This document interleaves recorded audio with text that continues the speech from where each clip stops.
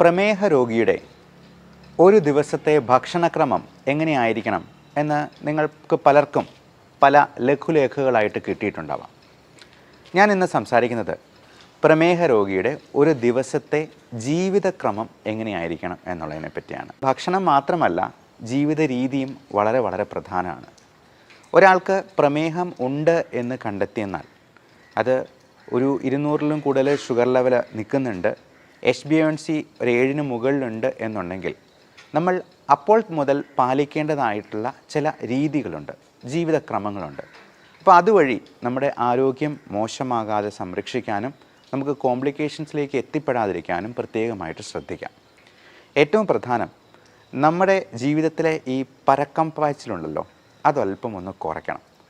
പലപ്പോഴും നമ്മൾ പണമുണ്ടാക്കാൻ വേണ്ടി ഭയങ്കരമായിട്ടങ്ങ് സ്ട്രെയിൻ എടുത്ത് ഭയങ്കര സ്ട്രെസ്ഫുൾ ആയിട്ടുള്ള ഒരു ലൈഫ് ലീഡ് ചെയ്യുന്നവരായിരിക്കാം. അപ്പോൾ ഇങ്ങനെയുള്ള അസുഖങ്ങളൊക്കെ അതിൻ്റെ തുടക്കത്തിൽ തന്നെ കാണുമ്പോൾ നമ്മൾ ലൈഫിനെ കുറച്ചുകൂടി ഒന്ന് സിമ്പിളാക്കാൻ ശ്രമിക്കുക. നമ്മൾ ഒരുപാടൊന്നും ഓടണ്ട, ഒരുപാടൊന്നും സമ്പാദിച്ച് വയ്ക്കുകയും വേണ്ട, കടമൊന്നും ഇല്ലാത്ത രീതിയിൽ നമുക്ക് സുഭിക്ഷമായിട്ട് അങ്ങ് ജീവിച്ച് പോകാമെന്നുണ്ടെങ്കിൽ നമ്മൾ ഒത്തിരി സ്ട്രെയിൻ എടുക്കാൻ പോകാതിരിക്കുക എന്നുള്ളതാണ് ഏറ്റവും നല്ലത്. ചില ആൾക്കാരുണ്ട്, എന്നാൽ നേരെ തിരിച്ച് ഒരു പണിയും ചെയ്യില്ല, മഹാമടിയന്മാരായിട്ട് കഴിയുന്നവർ. അങ്ങനെയുള്ളവർ ആ രീതിയും മാറ്റിപ്പിടിക്കണം. കാരണം ഈ രണ്ട് എക്സ്ട്രീംസും പ്രശ്നങ്ങളാണ്. നമുക്ക് എൻജോയ് ചെയ്ത് ചെയ്യാവുന്ന ജോലികൾ എന്തും നമുക്ക് ചെയ്യാൻ പറ്റണം. കൃഷിപരമായിട്ടുള്ള കാര്യങ്ങളിൽ നമുക്ക് നമ്മുടെ മനസ്സിൻ്റെ സ്ട്രെസ്സ് ഉയർത്താത്ത രീതിയിലുള്ള വലിയ കട്ടിപ്പണിയോ ഭാരിച്ച ജോലികളോ ഉത്തരവാദിത്തങ്ങളോ ഒന്നും ഏറ്റെടുക്കേണ്ട വരുന്നില്ല. നമുക്ക് ആസ്വദിച്ച് ചെയ്യാവുന്ന എന്ത് പണിയാണെങ്കിലും നമുക്ക് ചെയ്യാം. അതെപ്പോൾ നമ്മുടെ സ്ട്രെസ് ലെവൽ ഉയർത്തുന്ന ഒരു ഘട്ടത്തിലേക്ക് വരുന്നു എന്ന് തോന്നുന്നു, നമുക്ക് അവിടെ വെച്ചത് നിർത്താം. അതിന് താഴെയായിട്ടുള്ള ജോലി മാത്രം ചെയ്താൽ മതി. അപ്പോൾ രാവിലെ ഒരു 6 മണിക്കെങ്കിലും എണീക്കുക എന്നുള്ളതാണ് ഒരു പ്രമേഹ രോഗി അല്ലെങ്കിൽ ഇതുപോലെ ജീവിതശൈലി രോഗങ്ങളുള്ള ഏതൊരാളും ചെയ്യേണ്ടത്. 6-6:30 വരെ കിടന്നുറങ്ങുന്നതിനും കുഴപ്പമില്ല. എത്രയും നേരത്തെ കിടന്നുറങ്ങുക, എന്നിട്ട് നേരത്തെ എണീക്കുക എന്നുള്ളതാണ് നല്ലത്. അപ്പോൾ പ്രഭാത കർമ്മങ്ങളും പ്രാർത്ഥനയും ഒക്കെ കഴിഞ്ഞിട്ട് നമുക്കൊരു അരമണിക്കൂർ പുറത്ത് പ്രകൃതിയിലേക്കൊന്ന് ഇറങ്ങി അവിടുത്തെ കാഴ്ചകളൊക്കെ ഒന്ന് കണ്ട് ഒരു അരമണിക്കൂർ ചെറിയൊരു നടത്തം ആകുന്നത് വളരെ നന്നായിരിക്കും. നമുക്ക് പോസിറ്റീവ് എനർജി കിട്ടാനും, നമുക്കറിയാം ഈ രാവിലെ സമയങ്ങളിലാണ് കിളികളൊക്കെ അവരുടെ ജോലിക്കായിട്ട് പോകുന്നത്.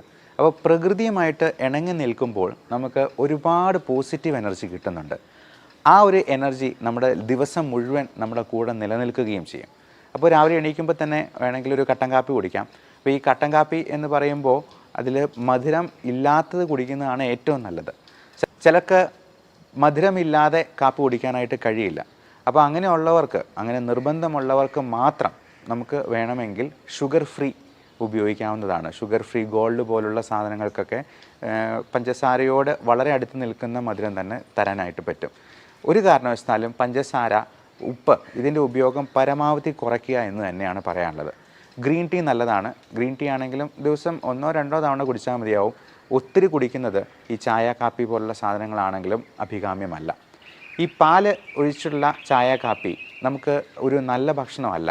പാല് കുടിക്കുന്നത് കുഞ്ഞുങ്ങൾക്ക് വേണ്ടി അവർക്ക് മാത്രം ഡൈജസ്റ്റ് ചെയ്യാൻ പാകത്തിനാണ്. അപ്പോൾ പാല് തന്നെ ഒരു പരിധിയിൽ കൂടുതൽ കുടിക്കുന്നത് പുളിച്ചുതേട്ടലുണ്ടാക്കാനും ഒക്കെ കാരണമായേക്കാം. പശു അതിൻ്റെ ക്രാവിന് വേണ്ടി സൂക്ഷിച്ചു വെച്ചിരിക്കുന്ന പാലാണ് നമ്മൾ അടിച്ചു മാറ്റി കുടിക്കുന്നത്.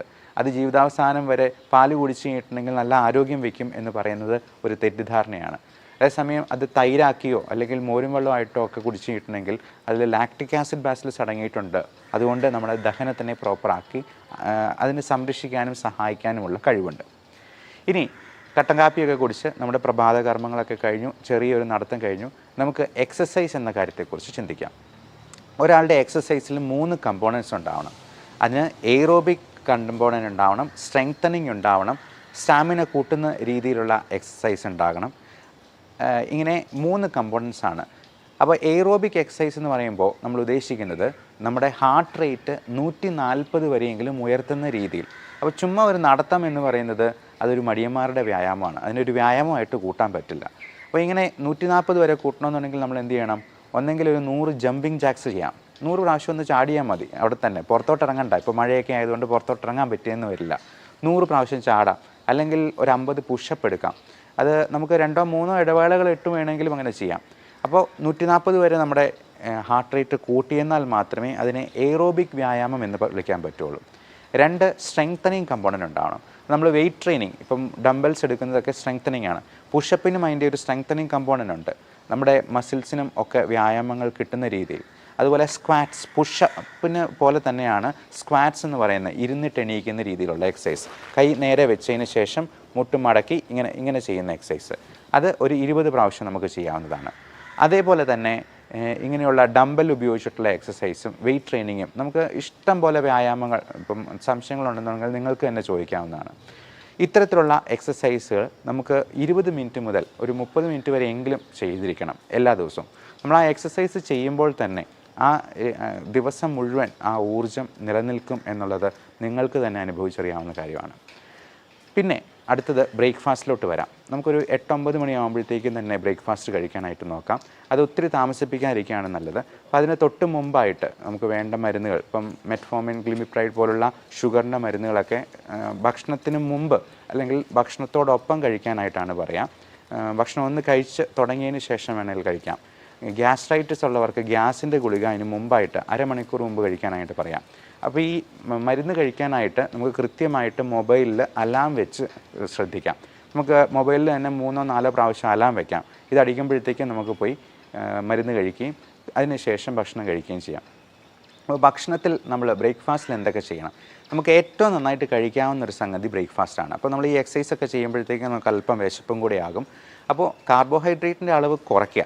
അപ്പോൾ ഒരു പ്ലേറ്റ് എടുത്തെന്നാൽ അതിൽ 1/4 മാത്രം കാർബോഹൈഡ്രേറ്റ്, 1/4 പ്രോട്ടീൻ എന്ന് പറഞ്ഞാൽ മുട്ടയുടെ വെള്ള അല്ലെങ്കിൽ ഇറച്ചി, മീൻ, ഇപ്പം അല്ലെങ്കിൽ കടല വിഭാഗത്തിൽപ്പെടുന്ന പയറ് വർഗ്ഗത്തിൽപ്പെടുന്ന എന്തെങ്കിലും കറികൾ ഒക്കെ ധാരാളമായി കഴിക്കാം. പിന്നെ ഒരു 1/4 നമുക്ക് പച്ചിലക്കറികൾ, ഗ്രീൻ ലീഫി വെജിറ്റബിൾസ് ആണ്. അത് എന്തെങ്കിലും തരത്തിലുള്ള സാലഡ്, ഒരു കുക്കുംബറായിട്ടോ അല്ലെങ്കിൽ ചീരയുടെ എന്തെങ്കിലും ആയിട്ടോ, ഗ്രീൻ ലീഫി ആയിട്ടുള്ള എന്ത് വെജിറ്റബിൾസ് ആണെങ്കിലും ഇതിന് കുഴപ്പമില്ല. സ്പൈനാഷ് എന്നൊക്കെ പറയുന്ന, അല്ലെങ്കിൽ ബ്രൊക്കോളി, അല്ലെങ്കിൽ കുക്കുംബർ തുടങ്ങിയവയെല്ലാം നമുക്ക് ഉപയോഗിക്കാവുന്നതാണ്. പിന്നെ 1/4 അധികം മധുരമില്ലാത്ത പഴങ്ങൾ. മധുരമില്ലാത്തത് എന്ന് പ്രത്യേകം പറയാൻ കാരണം മാങ്ങാപ്പഴമോ അല്ലെങ്കിൽ ചക്കപ്പഴമോ അല്ലെങ്കിൽ ചെറുപഴമോ ഒക്കെ കഴിച്ചെന്നാൽ അതിൽ ഹൈ ഫ്രക്ടോസ് കണ്ടൻറ്റ് ഉള്ളതാണ്. അത് തന്നെ നമ്മുടെ ഷുഗർ കൂട്ടാനായിട്ട് ഇടയാക്കും. ഏറ്റവും പ്രധാനം ഈ ഭക്ഷണം കഴിച്ചു കഴിഞ്ഞാൽ മെയിൻ കോഴ്സിന് ഇടയിലുള്ള സ്നാക്സ് ആണ്. പലപ്പോഴും നമ്മൾ ബാക്കിയെല്ലാം വളരെ ശ്രദ്ധിച്ച് കഴിക്കും. ഈ സ്നാക്സിന് പകരം നമ്മൾ ഉഴുന്നുവടയോ പഴംപൊരിയോ അല്ലെങ്കിൽ പേസ്ട്രിയോ കേക്കോ ബിസ്ക്കറ്റോ ഒക്കെ കഴിച്ച് കഴിയുമ്പോഴത്തേക്കും നമ്മളൊരു ഊണ് കഴിക്കുന്നതിനേക്കാൾ കൂടുതൽ കാലറി ഉള്ളിലോട്ട് പോവുകയാണ് ചെയ്യുന്നത്. അതുകൊണ്ട് ഇടയ്ക്ക് നിങ്ങൾ സ്നാക്സ് കഴിക്കുന്നുണ്ടെങ്കിൽ അത് ഒരു ആപ്പിളിൻ്റെ കഷ്ണമോ ഫ്രൂട്ട്സ് ആയിട്ടോ അല്ലെങ്കിൽ വെജിറ്റബിൾസ് ആയിട്ടോ കഴിക്കാം. മധുരമില്ലാത്ത ഒരു ചായയായിട്ട്, അതും പാല് ചേർക്കാതെ കഴിക്കുന്നത് തന്നെയാണ് നല്ലത്. ഇടയ്ക്കിടയ്ക്കെല്ലാം നന്നായിട്ട് വെള്ളം കുടിച്ചുകൊണ്ടിരിക്കുക. നമ്മൾ വെള്ളം കുടിക്കുമ്പോൾ തന്നെ നമ്മുടെ വിശപ്പൊന്ന് അടങ്ങും. അപ്പം ഇൻ കേസ് ഷുഗർ കുറഞ്ഞു പോകുന്ന ഒരു ലക്ഷണം കാണിക്കുന്നുണ്ടെങ്കിൽ നിങ്ങൾക്ക് ഗ്ലൂക്കോമീറ്റർ വെച്ചിട്ട് സ്വയം നോക്കാൻ പറ്റണം. Self monitoring of blood glucose എന്നാണ് അതിനെ പറയുക. അങ്ങനെ നോക്കി അത് എഴുതി വെച്ച് ഒരു ഡയറിയിൽ സൂക്ഷിക്കുക. എന്നിട്ട് അടുത്ത തവണ ഡോക്ടറെ പോയി കാണുമ്പോഴത്തേക്കും ഇത് കാണിച്ചു കൊടുക്കുക. അപ്പോൾ ഇൻസുലിൻ എടുക്കുന്നവരൊക്കെ ആണെന്നുണ്ടെങ്കിലും ഇങ്ങനെ കുറഞ്ഞു പോകുന്നുണ്ടെങ്കിൽ ഇൻസുലിൻ്റെ അളവിൽ നമ്മൾ സ്വല്പം വ്യത്യാസം വരുന്നത് 2-4 യൂണിറ്റ് കുറയ്ക്കാനായിട്ട് ഡോക്ടർ തന്നെ നിങ്ങളോട് പറഞ്ഞേക്കും. ഇനി അഥവാ ഷുഗർ നോക്കുമ്പോൾ 200-ന് മുകളിലാണ് നിൽക്കുന്നതെങ്കിൽ ചിലപ്പോൾ ഇൻസുലിൻ്റെ അളവ് 2 യൂണിറ്റെങ്കിലും കൂട്ടേണ്ടതായിട്ട് വന്നേക്കാം, അതിന് തൊട്ട് മുമ്പ് എടുക്കുന്ന ഇൻസുലിൻ്റെ അളവിൽ. അതുപോലെ നമ്മൾ ഷുഗർ നോർമലാണോ എന്ന് ഇടയ്ക്കിടയ്ക്ക് നോക്കുക. അതൊരു ഒബ്സഷൻ പോലെ ഇടയ്ക്കിടയ്ക്കല്ല ഓരോ 5 മിനിറ്റ് കൂടുമ്പോഴും പോയി നോക്കണമെന്നല്ല. ദിവസം ഒരു 3 പ്രാവശ്യം വരെയൊക്കെ നമുക്ക് നോക്കുന്നതിൽ യാതൊരു തെറ്റുമില്ല.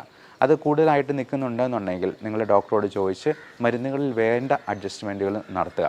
ഇപ്പം ചിലപ്പോൾ ചില മരുന്നുകൾ കൊണ്ട് കൺട്രോൾ ആയില്ലെങ്കിൽ വളരെ പുതിയ രീതിയിലുള്ള മരുന്നുകൾ ഇപ്പോൾ അവൈലബിൾ ആണ്. SGLT2 ഇൻഹിബിറ്റേഴ്സ്, DPP4 ഇൻഹിബിറ്റേഴ്സ് എന്നൊക്കെ പേരുള്ള, ഇപ്പം ഗ്ലിപ്റ്റിൻ എന്ന വാലുള്ള, ഗ്ലിഫോസിൻ എന്ന വാലുള്ള മരുന്നുകൾ ഇപ്പോൾ അവൈലബിൾ ആണ്. അതെല്ലാം നമുക്ക് അവരുടെ ഡോക്ടറുടെ നിർദ്ദേശപ്രകാരം നമുക്കൊന്ന് മാറ്റി അത് ഹൃദയത്തിൻ്റെ ആരോഗ്യത്തെ സംരക്ഷിക്കുന്ന, കിഡ്നിക്കും ലിവറിനും ഒന്നും യാതൊരുവിധ ടോക്സിസിറ്റിയും ഉണ്ടാക്കാത്ത രീതിയിലുള്ള മരുന്നുകൾ ഇന്ന് അവൈലബിൾ ആണ്. ഇനി ജോലിക്ക് പോകുന്ന ആൾക്കാർ, ഇപ്പം ജോലിക്ക് പോകുമ്പോഴത്തേക്കും നമ്മൾ ഈ ട്രാഫിക്കും അങ്ങനെയുള്ള കാര്യങ്ങളൊക്കെ ഉള്ളതുകൊണ്ട് ഇതെല്ലാം നമ്മുടെ സ്ട്രെസ് ലെവലെ ഉയർത്താൻ സാധ്യതയുണ്ട്. അപ്പം നമ്മുടേതൊരു സിമ്പിൾ ലൈഫ് ആകാനായിട്ട് സിംപ്ലിസിറ്റിയാണ് നമുക്ക് ഏറ്റവും വലിയ, സിംപ്ലിസിറ്റിയാണ് ഏറ്റവും നല്ല സോഫിസ്റ്റിക്കേഷൻ എന്ന് പറയാറുണ്ട്. അതായത് സോഫിസ്റ്റിക്കേഷന് വേണ്ടി നമുക്ക് ഏറ്റവും സിമ്പിളാകാൻ പറ്റുമോ അത്രയും സിമ്പിളാവുക എന്നുള്ളതാണ്. അപ്പോൾ ഇപ്പോൾ ജോലിക്ക് പോകുന്നതാണെന്നുണ്ടെങ്കിലും നമ്മൾ ഓട്ടിപ്പിടിച്ച് ബസ്സിലൊക്കെ കയറി പിടിച്ച് പോകുന്നതിനേക്കാളും നമുക്ക് സ്വതന്ത്രമായിട്ട് ഇച്ചിരി ഒരു 5 മിനിറ്റ് നേരത്തെ ഇറങ്ങിയിട്ടാണെങ്കിലും നമ്മൾ തിടുക്കം കൂട്ടാതെ വളരെ സാവധാനം വണ്ടി ഓടിച്ചാട്ടുന്നതാണെങ്കിലും ജോലി സ്ഥലത്തെത്തുക. ജോലിയിലാണെങ്കിലും അധികം സ്ട്രെസ് ഉണ്ടാക്കാത്ത രീതിയിൽ അതിനെ പരിമിതപ്പെടുത്താനായിട്ട് നമുക്ക് കഴിയണം. മാത്രമല്ല, ഈ ജോലിക്കിടയിൽ നമുക്ക് ടെൻഷൻ ഉണ്ടാക്കുന്ന സംഗതികൾ ഉണ്ടാകുമ്പോഴത്തേക്കും അതിനെ ഒന്ന് ലഘൂകരിക്കാൻ പറ്റിയ രീതികളും നമുക്ക് വേണമെങ്കിൽ ജോലിയിൽ തന്നെ ക്രമീകരിക്കാവുന്നതാണ്. പലപ്പോഴും വലിയ കോർപ്പറേറ്റ് കമ്പനികളൊക്കെ അവരുടെ ജോലി സ്ഥലം ഏറ്റവും മനോഹരമാക്കി വെക്കുന്നതിൻ്റെ കാര്യം ഇതാണ്. കാരണം ജോലിസ്ഥലത്ത് ഏറ്റവും നന്നായിട്ട് കൂടുതൽ സമയം ചെലവഴിക്കാനായിട്ട് അവരുടെ എംപ്ലോയീസിനെ പ്രാപ്തമാക്കുന്ന രീതിയിൽ അതിനെ മോഡിഫൈ ചെയ്യുകയാണ് ചെയ്യുന്നത്. അപ്പോൾ പലപ്പോഴും ഞങ്ങളുടെ ക്ലിനിക്കിലോ ഹോസ്പിറ്റലിലൊക്കെ ആണെന്നുണ്ടെങ്കിലും ചെറിയൊരു പാട്ട് വയ്ക്കും, ചിലപ്പോൾ ടി വി വയ്ക്കും. അപ്പോൾ ടി വിയിലെ ഒരു പാട്ടോ മ്യൂസിക്കോ ഒക്കെ പ്ലേ ചെയ്യുമ്പോഴത്തേക്കും നമ്മൾ പോലും അറിയാതെ കൂടുതൽ ഊർജ്ജത്തോടു കൂടി നമുക്ക് ജോലി ചെയ്യാനായിട്ട് കഴിയും. ചില സർജന്മാരൊക്കെ ആണെന്നുണ്ടെങ്കിൽ, അല്ലെങ്കിൽ ഞങ്ങൾ പ്രൊസീജിയർ ചെയ്യുമ്പോൾ ബ്രോങ്കോസ്കോപ്പി എൻഡോസ്കോപ്പി ഒക്കെ ചെയ്യുമ്പോഴത്തേക്കും സൈഡിലൊരു ചെറിയ പാട്ടും വയ്ക്കും. അപ്പോൾ പാട്ട് വയ്ക്കുമ്പോഴത്തേക്കും നമ്മുടെ സ്ട്രെസ്സിനെ ഒന്ന് കുറയ്ക്കാനായിട്ട് അതിന് അത്ഭുതകരമായിട്ടുള്ള ഒരു കഴിവുണ്ട്. അതുപോലെ നമ്മൾ വർക്ക് ഇൻ സ്റ്റൈൽ എന്ന് പറയും. ചില സർജൻസൊക്കെ ആണെന്നുണ്ടെങ്കിൽ അവർ ഈ സർജറി ചെയ്യുന്നതിൻ്റെ ഇടയിൽ കത്രികയൊക്കെ ഇങ്ങനെ തിരിക്കുന്നത് ഒരു സ്റ്റൈലിൽ നമ്മുടെ രജനീകാന്ത് തിരിക്കുന്ന പോലെ ഇങ്ങനെ തിരിച്ച് കാണിക്കാറൊക്കെ ഉണ്ട്. അതുപോലെ അവർ സർജറി കഴിഞ്ഞാൽ ഗ്ലൗസ് ഊരിയിട്ട് ഇങ്ങനെ ഒരു ആക്ഷൻ കൊണ്ട് ഗ്ലൗസ് നേരെ പോയി വേസ്റ്റ് ബിന്നിൽ പോയി വീഴുന്ന രീതിയിൽ ഒരു സ്റ്റൈൽ കാണിക്കാറുണ്ട്. അപ്പോൾ ഇങ്ങനെയുള്ള സ്റ്റൈലുകളും തമാശകളും ഒക്കെ നമ്മുടെ ജോലി ഭാരത്തെ കുറയ്ക്കുന്ന രീതിയിൽ, അപ്പോൾ ഒരിക്കലും നമ്മുടെ ജോലിയെ കോംപ്രമൈസ് ചെയ്തുകൊണ്ടല്ല, പേഷ്യൻസിന് എന്തെങ്കിലും പ്രശ്നം ഉണ്ടാകുമ്പോൾ നമുക്ക് ഈ പറഞ്ഞ പോലെ സ്റ്റൈൽ കാണിച്ചുകൊണ്ട് നിൽക്കാനൊന്നും കഴിയില്ല. അപ്പോൾ എത്രമാത്രം സ്ട്രെസ്സ് കുറയ്ക്കാൻ പറ്റുന്ന രീതിയിൽ അത് എൻജോയ് ചെയ്യാൻ പറ്റുമെന്നുള്ളത് ഓരോരുത്തരുടെയും കയ്യിലിരിക്കുന്ന കാര്യങ്ങളാണ്. അപ്പം ചിലപ്പോൾ നമുക്ക് ഒരു ക്ലീനിങ് ജോലി ചെയ്യുന്ന ഒരാൾക്ക് പോലും ആ ജോലി ഏറ്റവും ഭംഗിയായിട്ട് എൻജോയ് ചെയ്യാം, ആ ക്ലീനിങ് പ്രോസസ്സിനെ ഏറ്റവും ആസ്വദിക്കാം. അപ്പോൾ ഏറ്റവും നന്നായി ആസ്വദിച്ച് ചെയ്യുക എന്നുള്ളതാണ് നമ്മുടെ മാനസികാരോഗ്യത്തിനും ശാരീരികാരോഗ്യത്തിനും ഹെൽപ്പ് ചെയ്യുന്ന ഏറ്റവും നല്ല രീതി. അടുത്ത് നമുക്ക് ഭക്ഷണത്തെ പറ്റി നോക്കാം. ഈ ഉച്ചഭക്ഷണവും ഡിന്നറും നമുക്ക് പരമാവധി കാർബോഹൈഡ്രേറ്റ്സിനെ കുറച്ച് നിർത്തിക്കൊണ്ട് പ്രോട്ടീൻ കൂടുതലാക്കുകയും അതുപോലെ വെജിറ്റബിൾസും ഫ്രൂട്ട്സും കൂടുതൽ ആഡ് ചെയ്യുകയും ചെയ്യാം. ഇപ്പോൾ ചോറ് ഉപയോഗിക്കുന്നുണ്ടെങ്കിൽ തവിടുള്ള ചോറ് ഉപയോഗിക്കാം. അത് ഏറ്റവും കുറഞ്ഞ് ഞാൻ നേരത്തെ പറഞ്ഞ പോലെ ഈ പ്ലേറ്റ് മെത്തേഡ് ഉപയോഗിച്ച് 1/4 മാത്രം കാർബോഹൈഡ്രേറ്റ്സ്, അത് ഏറ്റവും തവിടുള്ള അരി കൊണ്ടുള്ള ചോറാണ് ഏറ്റവും ഉത്തമം. അതുപോലെ ചപ്പാത്തി ആണെന്നുണ്ടെങ്കിലും നമ്മൾ 2-3 ചപ്പാത്തി അതിൽ കൂടുതൽ കഴിക്കുന്നത് തീർച്ചയായിട്ടും അതുകൊണ്ട് ഉണ്ടാകുന്ന അഡ്വാൻറ്റേജസിനേക്കാൾ ദൂഷ്യങ്ങൾ തന്നെയാണ് ഉണ്ടാവുക. നമ്മൾ ചോറ് ഒഴിവാക്കിയിട്ട് 5 ചപ്പാത്തി കഴിച്ചെന്നാൽ അതുകൊണ്ട് പ്രത്യേകിച്ച് പ്രയോജനമൊന്നും ഇല്ല എന്ന് പറയാം.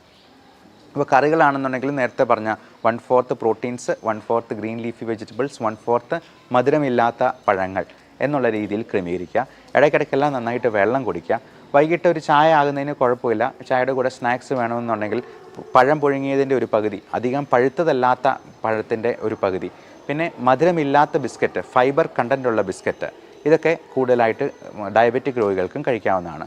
ഉപ്പിൻ്റെ അളവ് പരമാവധി കുറയ്ക്കുക. ഉണക്കമീൻ, അച്ചാറ്, പപ്പടം തുടങ്ങിയ സാധനങ്ങളെല്ലാം ഉപ്പിൻ്റെ അംശം കൂടുതലായിട്ട് കൂട്ടാനായിട്ട് സാധ്യതയുണ്ട്. ഇത് തന്നെ ബി പിക്കും ഷുഗറിനും ഒക്കെ ആകെ മൊത്തമുള്ള നീർക്കെട്ട് ഉണ്ടാക്കാനായിട്ടും അത് സാധ്യതയുണ്ട് എന്നുള്ളത് കൊണ്ട് ഉപ്പും പഞ്ചസാരയും പരമാവധി കുറച്ച് നിർത്തുക തന്നെ ചെയ്യാം.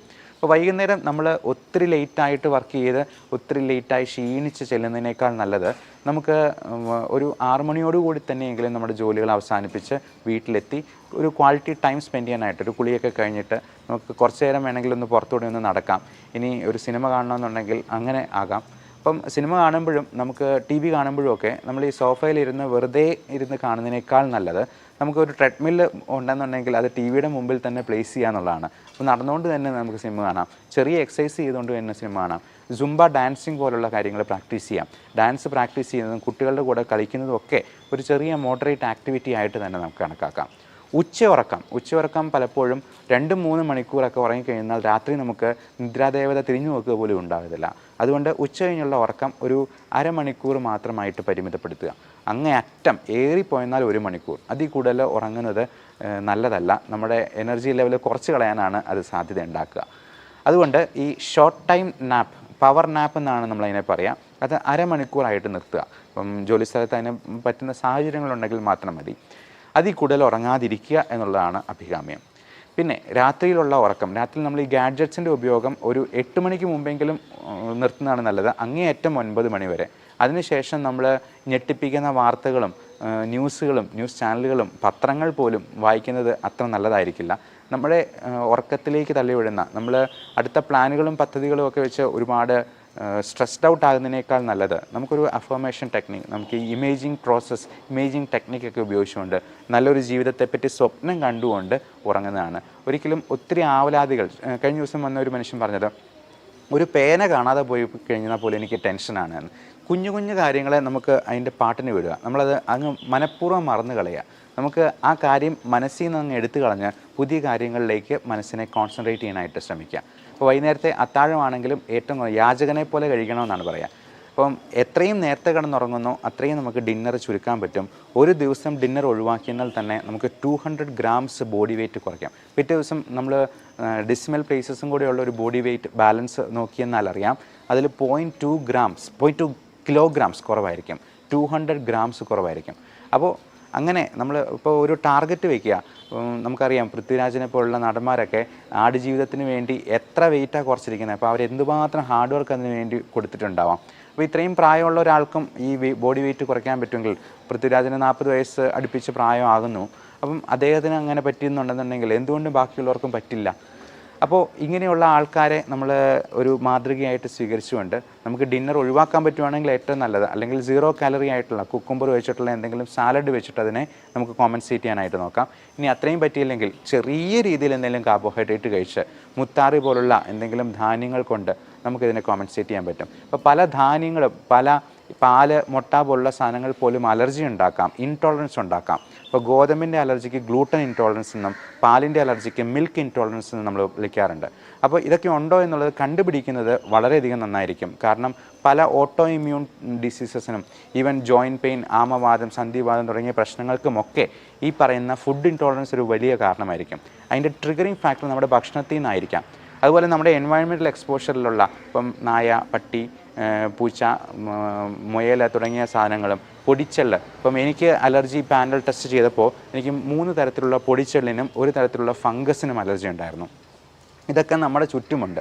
അപ്പോൾ ഇത് നമ്മൾ ഈ 71 അലർജൻസിൻ്റെ ഒരു പാനൽ വെച്ചിട്ട് കയ്യിൽ വരച്ച് നോക്കി ഓരോന്നിൻ്റെയും റിയാക്ഷൻ കൃത്യമായിട്ട് അളന്ന് നോക്കി കണ്ടുപിടിക്കുന്ന ഒരു ടെസ്റ്റാണ്. അതിൽ ഒഴിവാക്കാൻ പറ്റാത്ത സംഗതികൾക്ക് ഇമ്മ്യൂണോതെറാപ്പി എന്ന് പറയുന്ന ഒരു ചികിത്സാ മാർഗം വഴി, നിങ്ങൾ കഴിഞ്ഞ ജൂലൈ 6-ാം തീയതിയിലത്തെ പത്രത്തിൽ ഫ്രണ്ട് പേജിൽ തന്നെ ഈ ഇമ്മ്യൂണോതെറാപ്പിയെ പറ്റിയൊരു വാർത്തയുണ്ട്. അത് ആ ഇമ്മ്യൂണോതെറാപ്പി വഴി ക്യാൻസർ പൂർണ്ണമായിട്ടും, സ്റ്റേജ് 4-ലായിരുന്ന ക്യാൻസർ പൂർണ്ണമായും സുഖപ്പെട്ട ഒരു ലേഡിയുടെ, ഒരു നേഴ്സായിരുന്നു അവർ. അപ്പം അവരുടെ ഒരു കഥയുണ്ട്, നിങ്ങൾക്ക് അതിൽ നിന്ന് നോക്കാവുന്നതാണ്. അപ്പോൾ ഇങ്ങനെയുള്ള പുതിയ നൂതനമായിട്ടുള്ള ചികിത്സാ മാർഗ്ഗങ്ങളുണ്ട്. ഇനി ചികിത്സയ്ക്ക് പോയില്ലെങ്കിലും നമുക്ക് എന്താണ് പറ്റാത്തത്, നമ്മുടെ ഭക്ഷണത്തിൽ എന്തൊക്കെ ഒഴിവാക്കണം എന്ന് കണ്ടുപിടിക്കാനെങ്കിലും ഇത്തരത്തിലുള്ള ടെസ്റ്റുകൾ നമ്മളെ സഹായിക്കും എന്ന് ഓർമ്മിപ്പിക്കുന്നു.